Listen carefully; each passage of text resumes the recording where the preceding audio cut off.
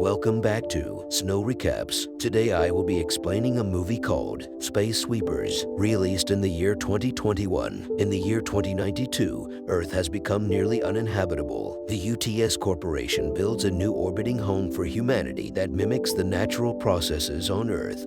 However, only a chosen few are permitted UTS to ascend and become citizens, while those remaining on Earth breathe in polluted air. Under guidance from UTS founder and CEO James Sullivan, the company is working towards making Mars a new Earth, growing genetically modified plants on the planet, and turning it into a hospitable environment for humans. To regulate the population in orbit and keep an eye on the non-citizens, UTS governs them via a strict set of rules and taxes. Many non-citizens from all across the globe work as space sweepers, collecting space debris floating in Earth's orbit and selling it to the company for survival. The plot follows such a crew of space sweepers and their ship, the Victory. Victory's crew has Kim T-Ho, Tiger Park, and Bubs, all led by Captain Jang. Tiger Park handles the ship's machinery and was a drug baron on Earth. Bubs used to be a robot soldier but now helps repair the ship and cast the net for space junk while saving up to get a complete skin graft.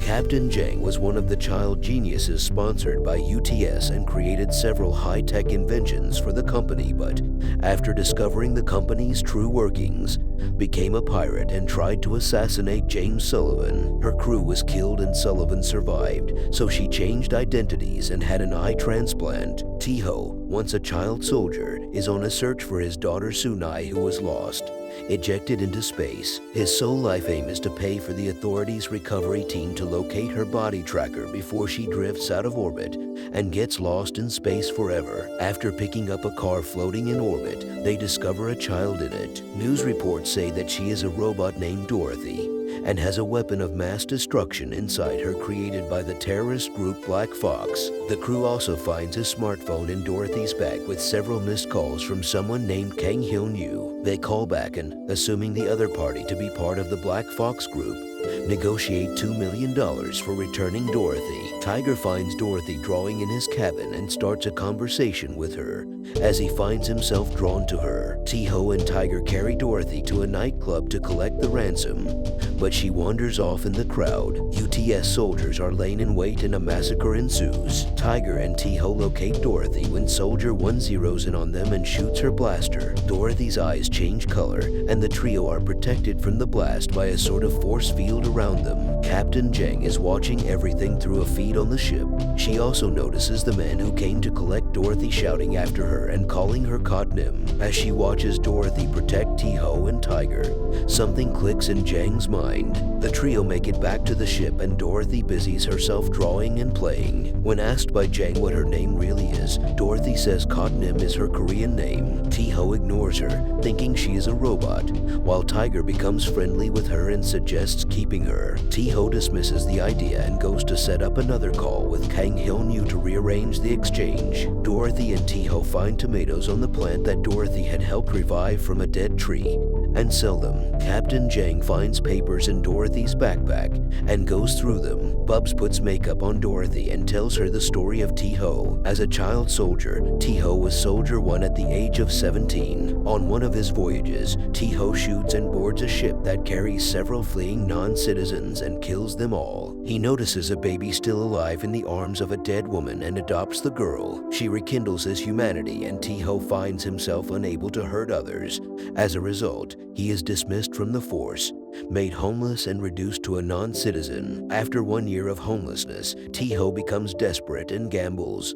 Neglecting Sunai, she wanders away to find a snack, and while outside there is a debris impact that causes her to be blown into space. A masked man follows Codnim to the toilet in the factory. Her screams alert T-Ho and Tiger, who rush to save her, but they are ambushed by a group of masked people. Tiger beats them all and Captain Jang intervenes, discovering they are other space junk collectors. Their leader explains that Black Fox is not a terrorist organization, but rather an environmental group, and that Codnim is not an android but a human child. Born with a congenital disease, her father Kang Hyun-yu injected her with nanobots found in space debris to save her life. The nanobots helped treat Codnim, but they also gave her a unique power. Codnim could now communicate with other nanobots and heal and protect things. Sullivan found this out and used Codnim to turn Mars into a healthy, green planet. He plans to kill Dorothy in a hydrogen bomb explosion. Since it was close to Earth, the explosion would cause the factory to fall onto the planet, destroying the Earth and making Mars the only viable option for all humans. The crew decide to unite Codnim with her father and disable the bomb.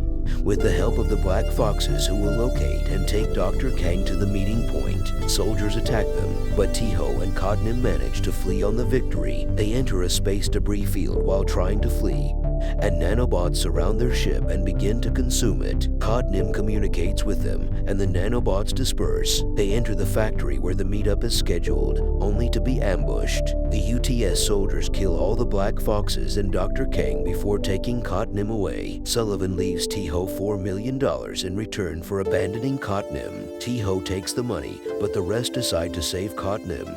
Even if it kills them, T-Ho goes to give the money to the UTS officers, and they hand over Sunai's last found remains to him. Her clothes, crayons, and Korean writing book. In it, Sunai had written that she wanted to be a good person like her father. This reminds T-Ho of the promise he made to Sunai, to be the best man she'd ever know. He takes back the money and returns to the ship with a new zeal before they all go to save Codnim. Sullivan goes live, announcing the Mars program. The bomb has been armed in the factory, and Codnim is strapped to it on a chair. The team free Codnim, but Captain Jang discovers that the bomb cannot be defused. It will not only destroy anything in its blast range, but also destroy any nanobots in the vicinity of 5,000 kilometers. The only way Codnim's nanobots can be saved is if she is out of range. The team sets off to fly 5 kilometers away, but are interrupted by Soldier 1. Tiger fights with her and ejects her from the factory. The team send out a message to the rest of the space sweepers, who come to their aid, fighting the attacking troops. The population of Earth learns of Sullivan's true goals when they hear him recount his plan through the space sweepers' emergency comms channel. The Victory is intercepted by Sullivan himself, who, in a ship of his own, tries to fight the crew to get back Codnim. When it seems they have lost the battle, Tiger and T-Ho manage a final boost that puts the ship just out of the blast range. The crew reveal their real plan. Codnim was safe with other space sweepers. The Victory had removed the bomb from the core and carried it away, ready to sacrifice their lives to save Earth and Codnim. The bomb explodes. However, Codnim has summoned the nanobots to protect the Victory, keeping the crew safe. In the aftermath of the battle, UTS apologizes for the cover-up of the true goals and promised to help make Earth more habitable. Codnim is adopted by the crew and, using her powers, enables T-Ho to say goodbye to Sunai. Bubs gets her skin graft. Tiger and T-Ho take Codnim down to Earth to help grow trees, and they all continue space sweeping.